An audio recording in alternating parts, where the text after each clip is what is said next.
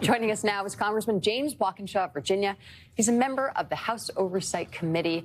Congressman Walkinshaw, thanks for joining us this morning. You are part of the committee that released this new information. What else should we expect to come?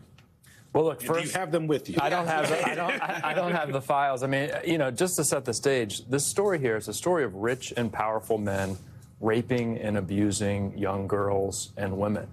And the story coming up this week is how many of the rich and powerful men, the Republicans in Congress, are going to continue to aid and abet Donald Trump's cover-up of that story.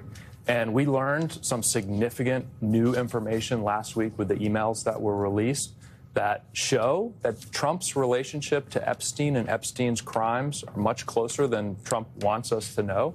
His frantic, even by Donald Trump standards, frantic reaction last week, I think, is very telling. But we have to continue the investigation to learn more. The Department of Justice is under subpoena. The Oversight Committee has subpoenaed the Department of Justice, and in my view, they are not in compliance with that subpoena because they are not releasing the information they should release. The Epstein estate is, the Department of Justice isn't.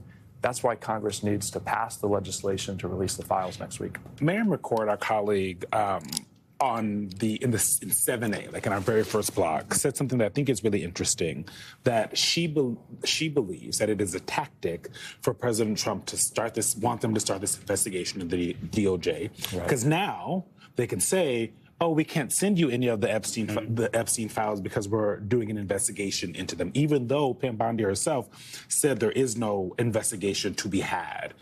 Does what Mary seem to be right, that this is more of a tactic than like any real thing happening here? I think that's plausible, and I think what you could see, look, the bill will pass on Tuesday in the House to release the files.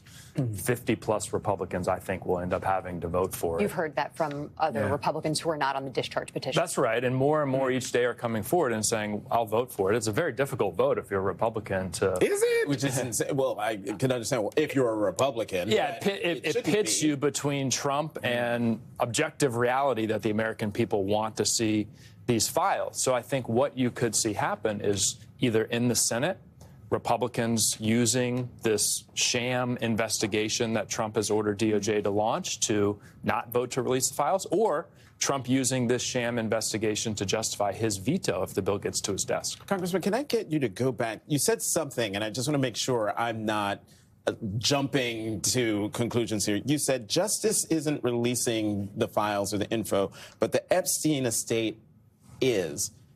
Does that mean that the materials that have been released by the Epstein estate is already in the possession of DOJ, and they've just refused to release it? No, there are certainly files and documents that are in the possession of the estate that might not necessarily be in DOJ's possession. Because they have the investigation. That's right. Both are under subpoena. Absolutely, DOJ has files that the estate doesn't have.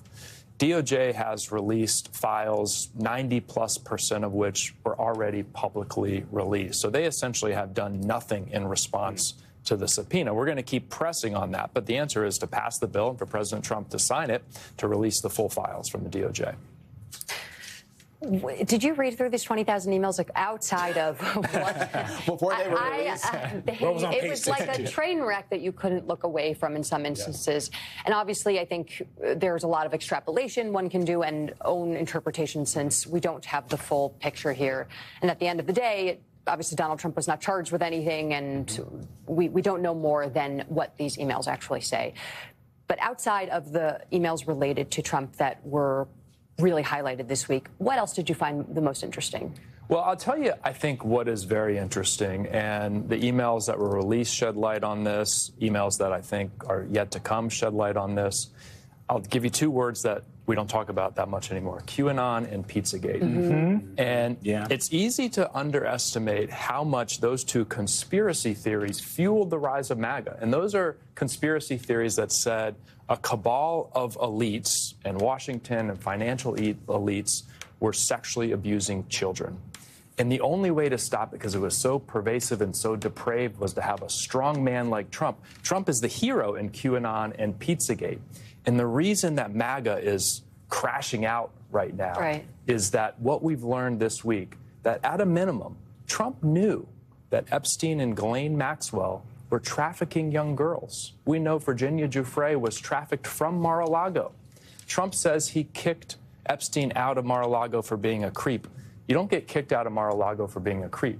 You might get kicked out of Mar-a-Lago for trafficking underage girls. But if Trump knew, as I think the emails suggest. How long did he know for? And why didn't he go to the FBI at the time? Why didn't he go to the authorities at the time? And why is he right now not saying that he didn't know? When you talk to your Republican colleagues, especially those on the Oversight Committee, do they seem they're struggling with kind of being in the middle of Trump and the right thing to do, or are they, which how sometimes they talk to us when we talk to them, they say, no, I know it, but I just don't want to get attacked by Donald Trump. Like, how are they wrestling with this?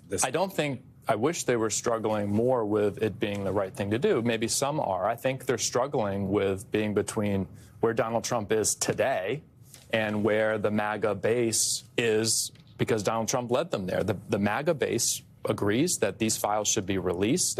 A lot of them made their careers on it. Kash Patel is a good example. It's such important context, actually, that I think has been left out of the conversation this week. That is the only reason why this is the most popular issue other than Donald Trump himself. It's the most unifying and now, for Donald Trump, divisive issue within his party. You know who's not struggling with this whole situation on the Republican side? Marjorie Taylor Greene, because she has been hammering away on a whole host of issues, but also on Epstein. And the president's not happy. He started posting about her last night, and he posted, within the hour. Let's put this up. Lightweight Congresswoman Marjorie Taylor Greene, green grass turns brown when it begins to rot, betrayed the entire Republican Party when she turned left, performed poorly on The Pathetic View, and became the rhino that we all know she always was. Just another fake politician, no different than Rand Paul Jr., Thomas Massey, who got caught being a full-fledged Republican in name only. Rhino. Make America great again, all caps 3 exclamation points. I mean, you're in Congress. You work with Congresswoman Marjorie Taylor. Yeah. What do you make of just what's going on with her, and now what's going on now that the president has weighed in? Yeah, well, as someone who's of the left, I disagree that Marjorie Taylor is on the left. But look, I have to give her a lot of credit. And Lauren Boebert, who was summoned into the White House Situation Room. Talk about that. Why is that significant? Well, look, I remember the photos of President Obama in the Situation Room overseeing the operation that led to the death of Osama bin Laden and all of the important history-making events that have taken place in that room. We now have the President of the United States using the White House Situation Room to cover up for a pedophile, Jeffrey Epstein. That is an astounding thing.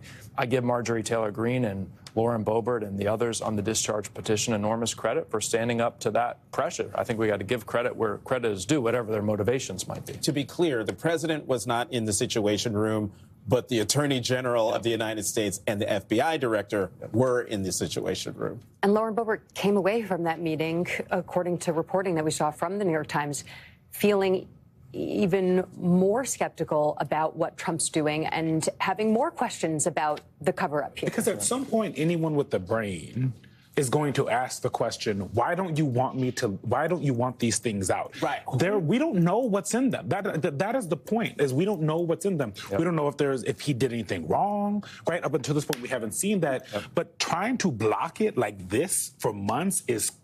A lot of people have a lot of questions. I am one of them. My question, Congressman, then is, we're all focused on President Trump. Who else could be in these files that is motivating the president to just, I think you said earlier, just in this desperate effort to keep the files from coming out? That leads back to another strange piece of this saga, which is Donald Trump's labor secretary, Alex Acosta, before he was labor secretary, was a prosecutor who gave Epstein the sweetheart deal. That sweetheart deal prevented other figures other than Epstein and Maxwell from being prosecuted. Why? And who were they?